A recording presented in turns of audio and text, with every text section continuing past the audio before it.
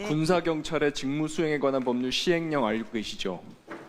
7조에 이렇게 되어 있습니다. 군사경찰 부대가 설치되어 있는 부대의 장은 수사의 공정성을 확보하기 위하여 군사경찰 직무수행의 독립성을 보장해야 된다. 알고 계시죠? 네, 알고 있습니다. 그래서 부대의 장이라고 하더라도 군사경찰 수사 직무 관련돼서 이래저래 할 수 없는 게 원칙이죠?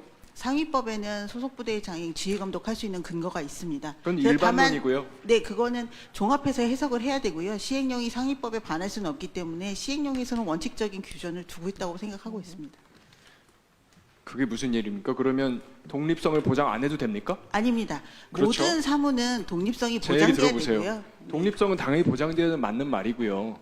일반적인 권한이 있다고 해서 독립성을 보장 안 해도 될 권한이 있다는 얘기는 아니잖아요. 네, 맞습니다. 그러니까요. 그리고 실제로 이첩할 때요. 이 사건 이전에 이첩한 사안들 제가 쭉 보니까 이첩할 때 법무부 장관 아니 국방부 장관에게 보고한 적 없죠? 네, 그것은 수사기관이 판단해서 보고하지 않은 것입니다. 그렇죠. 군사경찰이. 네, 그 장관이 만약에 권한이 있었다고 하면 권한 있는 장관한테 보고도 안 하고 했다면 이게 크게 문제가 됐겠죠. 보통 예규나 자, 군사경찰이 이 갖고 사건의 있는 경우에도 사건에서는 이 사건의 경우에도 국방부 장관이 이첩 보류 지시할 권한이 있습니까? 있다고 생각합니다. 왜요? 원래 없었는데 어떻게 갑자기 생깁니까? 국방부 장관은 국방부 군사에 관한 전반적인 지휘 감독 권한과 그 절차에 관한 어떤 권한들을 다 그건 갖고 있고요. 일반적인 권한이죠. 일반적인 것뿐만 아니라 이제 저희가 군사법에서 이저 사항에 따라서 이첩을 하지 않고 기소 결정을 할 수 있는 권한도 있습니다. 그래서 그것도 그 이첩 여부에 대한 권한을 말이 안 갖고 되는 있는 게요. 기본 그렇다면요. 규정입니다. 앞에는 다 장관 패싱한 다 위법적인 행위를 한 겁니다. 다른 사건들에서. 위법적인 행위가 아니고 그 부분에 대해서 판단을 받아야 되는 거에 대한 기본적 판단권을 일반적인 권한이라고 군사경찰한테 계속 주었습니다. 하셨는데요. 제가 한번 읽어드릴게요. 일반적인 권한에 속하는 사항에 대해서 위법한 행위를 지시하면 이게 뭐가 됩니까? 이 위법한 행위라고 그 전제를 하시고 이런 하기 때문에 경우에는 어떻게 되냐고요. 그것은 가정적인 질문이라서 제가 직권 법리적으로 남용죄의 답변할 사항은 정의를 제가 아닙니다. 읽어드렸습니다.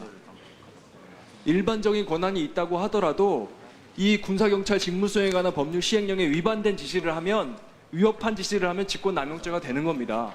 그러면 형법 위반된 지시를 제123조에 의해서 하여야 처벌받는 그런 거예요. 게 죄가 되는 것이지. 그러니까 구성 요건이 성립이 돼야 죄가 되는 것이지. 그것은 다 가정적인 질문이라고 판단됩니다. 구속 여건이 성립된다는 걸 지금 설명드리고 있는 겁니다.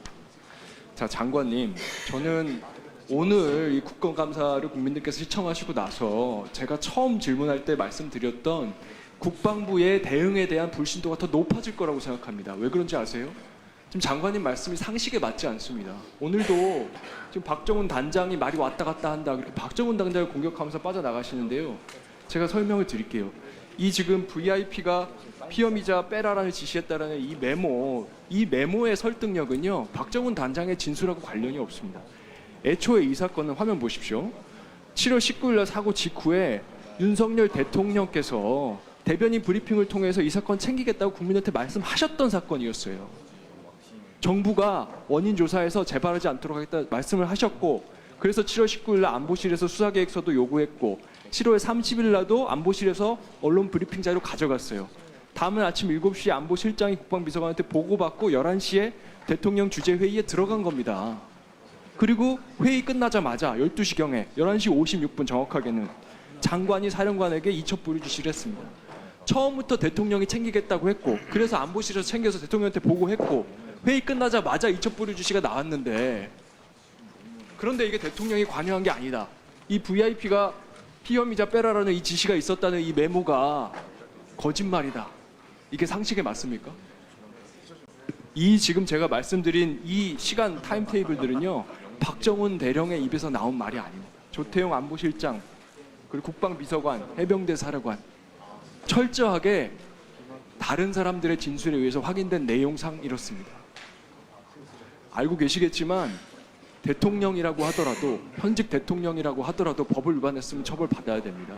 재직 기간 동안에 소추가 면제될 뿐입니다. 장관도 영원히 하는 거 아니고요. 대통령도 영원히 하는 거 아닙니다.